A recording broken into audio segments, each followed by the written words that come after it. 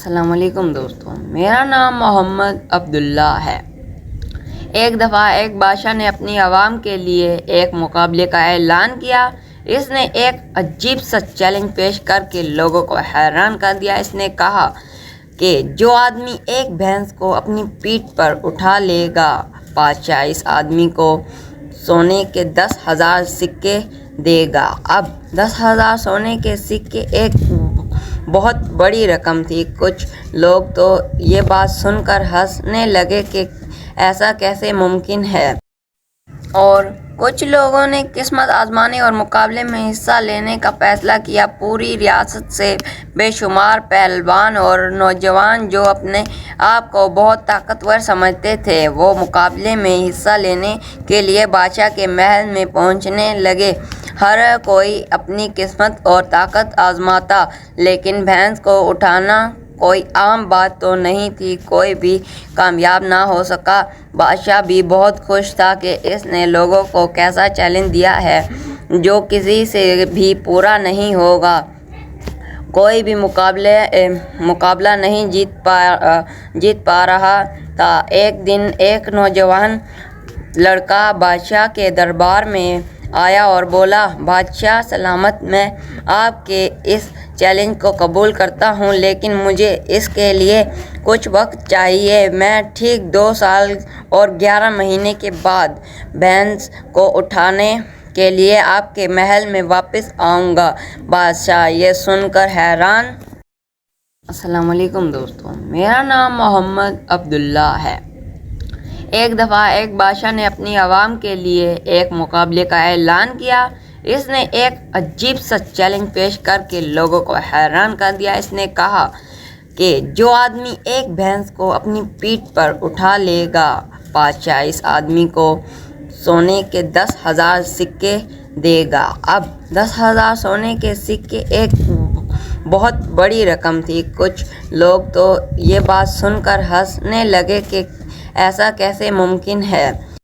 تو ہوا، لیکن اس نے اس نوجوان کو اجازت دے دی۔ دربار میں موجود لوگ اس نوجوان کا مذاق اڑانے لگے۔ ابھی تو تم کچھ نہیں کر سکتے، 2 سال 11 مہینے کے بعد کیا کر لوگے؟ لیکن وہ نوجوان خاموش رہا اور اپنے گھر واپس چلا گیا۔ ٹھیک 2 سال 11 مہینے کے بعد وہ آدمی بادشاہ کے دربار میں اس طرح داخل ہوا کہ اس نے بھینس کو اپنے کندھوں پر اٹھایا ہوا۔ بادشاہ کا تو تخت جیسے کانپنے لگا۔ بادشاہ کے دربار میں موجود ہر آدمی کی آنکھیں جیسے پھٹ سی گئیں جب وہ نوجوان لڑکا بادشاہ کے دربار میں اس طرح داخل ہوا کہ اس نے بھینس کو اپنے کندھوں پر اٹھایا ہوا تھا۔ اس نوجوان نے بادشاہ کے دربار کا چکر لگایا۔ بادشاہ نے اس نوجوان کو اپنے پاس بلایا اور کہا، میں نے تو بس لوگوں کا مذاق۔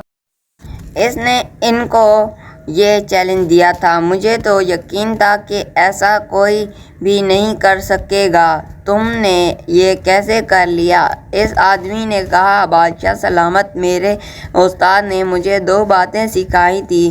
پہلی، جب چیلنج بہت بڑا ہو، بہت مشکل ہو، بالکل ہی ناممکن لگ رہا ہو، تو اس کو اتنا چھوٹا بنا دو کہ وہ آپ کو بالکل آسان لگنے لگے۔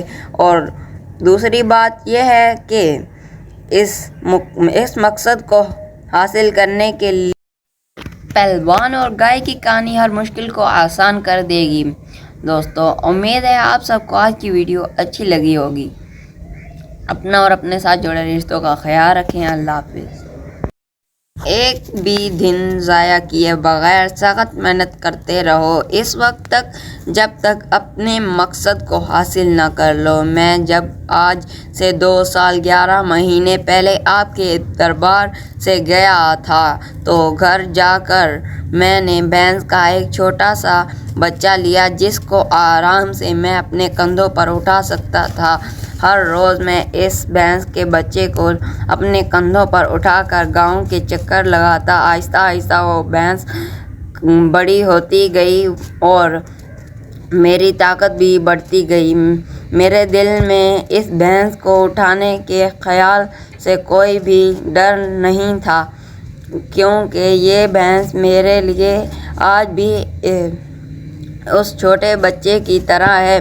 تو دوستو، یہ کہانی ہمیں دو سبق دیتی ہے کہ جب بھی کوئی بڑا چیلنج آپ کی زندگی میں آئے جو آپ کو مشکل لگے، تو جب تک وہ آپ کو مشکل لگے گا نا، آپ اسے کبھی بھی سولو نہیں کر پائیں گے۔ آپ اسے ایسا بنائیں کہ وہ آپ کو آسان لگنے لگے، آپ کے دل میں اس کو کرنے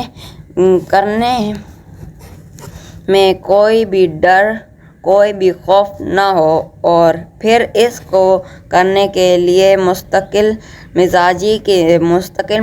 مزاجی سے ہر روز محنت کرتے رہیں، ایک دن بھی ضائع نہ کریں۔